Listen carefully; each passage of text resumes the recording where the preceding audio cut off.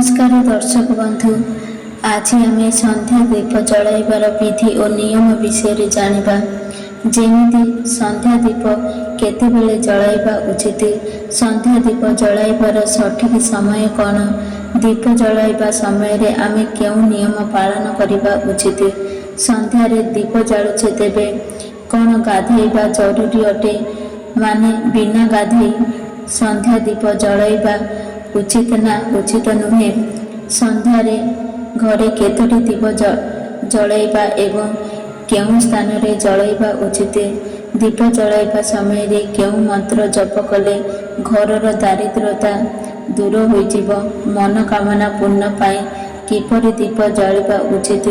दर्शक बंधु, एही सब प्रश्नर उत्तर आजिर भिडियो रे कहिबाकु जाउछु। सबु किछि जानिबा पाई भिडियोटी को शेष पर्यंत देखंतु एवं आम चैनल को सब्सक्राइब करंतु। एबे चलंतु संध्या समय रे दीप जालिबा पूर्व स्नान करिबा कि नाही। शास्त्र अनुसार सकाळर पूजा गाधेई पवित्र होई करिबा उचित, सकाळर पूजा स्नान न करी करिबा उचित नुहे, जेहेतु आपण सकाळ पूजा करिबा पूर्व स्नान कार्य समापन करिछन्ति, तेणु संध्यारे पूजा करिबा पूर्व गाधेइबा जरूरी नुहे। आपण गोड़ हाथ धोईकी लुगा बदले किंबा सफा लुगा पिंधि पूजा करिपारिबे। एहा छड़ा गरम दिन आदि रे संध्या समय रे गाधेइकी पूजा करिबे। संध्या समय रे गाधेइबा किंबा न गाधेइबा एहा संपूर्ण आपणक उपरे निर्भर करे, किंतु संध्या पूजा पूर्व लुगा निश्चित बदलाइबे, कारण दिन सारा जेउ वस्त्र आपण धारण करिथांती सेथिरे खाइबा एवं बाथरूम जीवा आदि कार्य कले से लुगा अशुद्ध हो जाइथाए। सेथिपाई संध्या पूजा पूर्व गोड़ हाथ धोइबे एवं लुगा निश्चित बदलाइबे।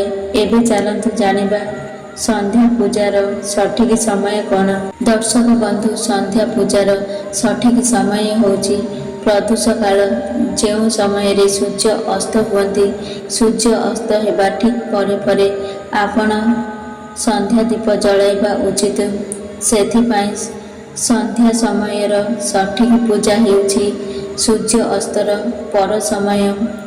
दर्शक बंधु, आपण जानिथिबे सूर्य अस्तर समय ऋतु अनुसार बदले। शीत दिन रे सूर्य शीघ्र अस्त होइथांती एवं खरा दिन रे सूर्य डेरी रे अस्त हुअନ୍ତି।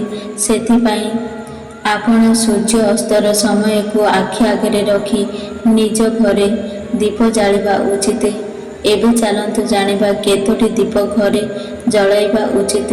शास्त्र अनुसार संध्या समय रे निज घरर मुख्य द्वार रे गोटिए दीप जालंतु। शास्त्र अनुसार माँ तांको भौणी अलक्ष्मी दुहे संध्या समय रे भ्रमण उद्देश्य बाहरी आस। जेउ घरर मुख्य द्वार रे दीप जलुथाए से घर को माँ लक्ष्मी प्रवेश करि जाती एवं जेउ घरर मुख्य द्वार सम्मुख रे दीप जलु न थाए से घर को माँ लक्ष्मी को भौणी अलक्ष्मी माने दरिद्रता प्रवेश करि जाए। तेणु करी आपण जदि चाहुचंती माँ लक्ष्मी आपणक घर को प्रवेश करंतु बोली प्रतिदिन संध्या रे गोटिए दीप निज घरर मुख्य द्वार रे निश्चित जलांतु। एहा व्यतीत शास्त्र अनुसार जेउ घरर मुख्य द्वार रे संध्या दीप जला जाए से घर को नकारात्मक शक्ति प्रवेश करिपारे नाही। जदि आपण घरर मुख्य द्वार रे दीप प्रज्वलित करुछंती तेबे से घरर समस्त वस्तु दोष दूर हुए। जदि आपणक घरे पितृदोष रहिछि तेबे ताहा मध्य दूर होइथाए। आपणक घरे जदि सर्वदा कलह अशांति लागि रहिछि, घरर सदस्य बारंबार बेमार रे पड़ुछंती, आपण आर्थिक संकटर सामना करुछंती, तेबे घरर मुख्य द्वार सम्मुख रे आपण घीयर दीप जलाउछंती तेबे ସମସ୍ତ ସମସ୍ୟା ଦୂର ହୋଇଯିବ। ସେଥିର ଘରର ମୁଖ୍ୟ ଦ୍ୱାରରେ ଦୀପ ଜଳାଇବା ଅତ୍ୟନ୍ତ ଆବଶ୍ୟକ ହୋଇଥାଏ। ତେଣୁ ଶାସ୍ତ୍ର ଅନୁସାରେ ପ୍ରଥମ ଦୀପ ଘରର ମୁଖ୍ୟ ଦ୍ୱାର ସମ୍ମୁଖରେ ପ୍ରଜ୍ୱଳିତ କରିବା ଉଚିତ। ଏବେ ଚାଲନ୍ତୁ ଜାଣିବା ଦ୍ୱିତୀୟ ଦୀପ କେଉଁ ସ୍ଥାନରେ ଦ୍ୱିତୀୟ ଦୀପ ଜାଳିବା ଉଚିତ। ଦ୍ୱିତୀୟ ଦୀପ ଆପଣ ତୁଳସୀ ଚଉରା ମୂଳେ ନିଶ୍ଚିତ ଜାଳନ୍ତୁ। ଶାସ୍ତ୍ର ଅନୁସାରେ ଯେଉଁ ଘରେ ସନ୍ଧ୍ୟା ସମୟରେ ତୁଳସୀ ମୂଳରେ ଅନ୍ଧାର ରହେ ସେହି ଘରେ ଦରିଦ୍ରତା ବାସ ହୋଇଥାଏ ଏବଂ ଯେଉଁ ଘରେ ସନ୍ଧ୍ୟା ସମୟରେ ତୁଳସୀ ମୂଳରେ ଦୀପ ପ୍ରଜ୍ୱଳିତ କରାଯାଏ ସେମିତି ଘରେ ମା ଲକ୍ଷ୍ମୀଙ୍କର ସ୍ଥିର ବାସ ହୁଏ। ତେଣୁ ପ୍ରତ୍ୟେକ ଦିନ ସନ୍ଧ୍ୟା ସମୟରେ ତୁଳସୀ ମୂଳରେ ଗୋଟିଏ ଦୀପ ନିଶ୍ଚିତ ଜାଳନ୍ତୁ। ଏହାପରେ ତୃତୀୟ ଦୀପଟି ଘରର ପୂଜା ଘରେ ଜାଳିବା ଉଚିତ।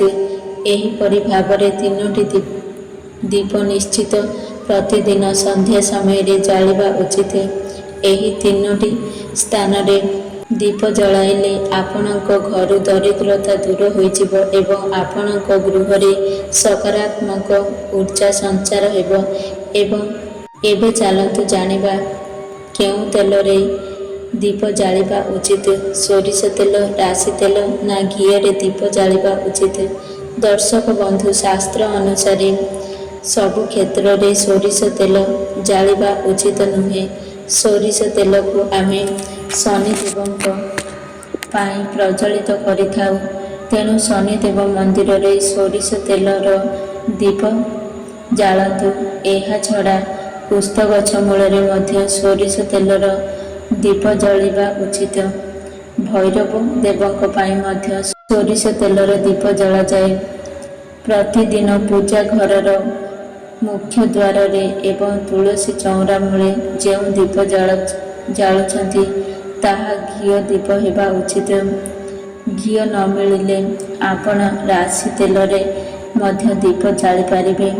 ଏହା ବ୍ୟତୀତ ଧ୍ୟାନ ଦିଅନ୍ତୁ ଯେ ମାଟି ତଳେ ସିଧା ନେଇ ଦୀପକୁ ରଖିବେ ନାହିଁ। ଦୀପ ତଳେ ଅଳ୍ପ ଅରୁଆ ଚାଉଳ ନହେଲେ ଫୁଲ ରଖି ତା ଉପରେ ଦୀପକୁ ଜଳାଇ ରଖିବେ। ଏହା ବ୍ୟତୀତ ଧ୍ୟାନ ରଖନ୍ତୁ ଯେ ଯେଉଁ ଚାଉଳ ଆପଣ ଦୀପ ତଳେ ରଖୁଛନ୍ତି ତାହା ଯେମିତି ଅକ୍ଷତ ହୋଇନଥିବ, ମାନେ ଭାଙ୍ଗି ନଥିବା ଅରୁଆ ଚାଉଳକୁ ବ୍ୟବହାର କରିବା ଉଚିତ। ଭଙ୍ଗା ଅରୁଆ ଚାଉଳକୁ ବ୍ୟବହାର କଲେ ଘରେ ଦାରିଦ୍ରତା ବାସ ହୁଏ। ଏହା ଛଡ଼ା ଯେଉଁ ଚାଉଳ ଦୀପ ତଳେ ଦେବେ ତା ପରଦିନ ସେ ଚାଉଳକୁ ଉଠାଇ ଚଢ଼େଇମାନଙ୍କୁ ଖାଇବାକୁ ଦେବେ। ଏହା ବ୍ୟତୀତ ଯଦି ଆପଣ ଚାଉଳର ବ୍ୟବହାର କରିବାକୁ ଚାହୁଁନାହାନ୍ତି ତେବେ ଦୀପକୁ କୌଣସି ଗୋଟିଏ ପ୍ଲେଟ୍ କିମ୍ବା କପଡ଼ା ଉପରେ ରଖିବେ, ନହେଲେ ଦୀପର ଷ୍ଟାଣ୍ଡ ମଧ୍ୟ ବ୍ୟବହାର କରିପାରିବେ। ଏବେ ଚାଲନ୍ତୁ ଜାଣିବା ସନ୍ଧ୍ୟା ଦୀପ ଜାଳି ସାରିବା ପରେ କେଉଁ ମନ୍ତ୍ର ଉଚ୍ଚାରଣ କରିବା। ଆପଣ ମା ଲକ୍ଷ୍ମୀ, ଭଗବାନ ବିଷ୍ଣୁ କିମ୍ବା ନିଜର ଇଷ୍ଟ ଦେବୀଙ୍କର ମନ୍ତ୍ର ସନ୍ଧ୍ୟା ସମୟରେ ଜପିବା ଉଚିତ। ହନୁମାନ ଚାଳିଶା ମଧ୍ୟ ସନ୍ଧ୍ୟା ସମୟରେ ପାଠ କରିବେ। ଶାସ୍ତ୍ରରେ କୁହାଯାଇଛି ମୌନ ହୋଇ ପୂଜା କରିବା ଉଚିତ ନୁହେଁ। ତେଣୁ ଦୀପ ଜାଳିବା ସମୟରେ ଆପଣ ଦେବୀ ଦେବତାଙ୍କର ମନ୍ତ୍ର ଉଚ୍ଚାରଣ କରିବେ। କୌଣସି ଶୁଭ କାମରେ ମନ୍ତ୍ର ଉଚ୍ଚାରଣ ନିଶ୍ଚିତ କରିବା ଉଚିତ। ତେବେ ଚାଲନ୍ତୁ ଜାଣିବା ଦୀପ ପ୍ରଜ୍ୱଳିତ ସମୟରେ କେଉଁ ମନ୍ତ୍ର ଜପ କରିବା। ମନ୍ତ୍ରଟି ଧ୍ୟାନର ସହ ଶୁଣନ୍ତୁ। ଶୁଭଂ କରତି କଲ୍ୟାଣ ଆରୋଗ୍ୟ ଧନ ସମ୍ପଦ ଶତ୍ରୁବୁଦ୍ଧି ବିନାଶାୟ ପିପାଚୋତି ନମସ୍କୁତେ ପିପଜ୍ୟୋତି ପରଂ ବ୍ରହ୍ମ ପିପଜ୍ୟୋତି ଜନାର୍ଦ୍ଦନ ପିପହର୍ତୁ ମେ ପାପଂ ସନ୍ଧ୍ୟା ଦୀପ ନମସ୍କୁତେ। କୁହାଯାଏ କି ଏହି ମନ୍ତ୍ରକୁ ସନ୍ଧ୍ୟା ଦୀପ ଜାଳିବା ସମୟରେ ଜପ କଲେ ସମସ୍ତ ପାପ କର୍ମରୁ ମୁକ୍ତି ମିଳିଥାଏ ଏବଂ ଯେଉଁ ଦୀପ ଆମେ ଜାଳୁଛେ ତାହା ଆମ ଜୀବନରେ ଅନ୍ଧକାରକୁ ଦୂର କରି ଜୀବନରେ ଆଲୋକର ସଞ୍ଚାର କରିଥାଏ। दर्शक बंधु जदि मो वीडियो आपन को पसंद आसे ताहले वीडियो को गोटे लाइक करंतु। जय जगन्नाथ।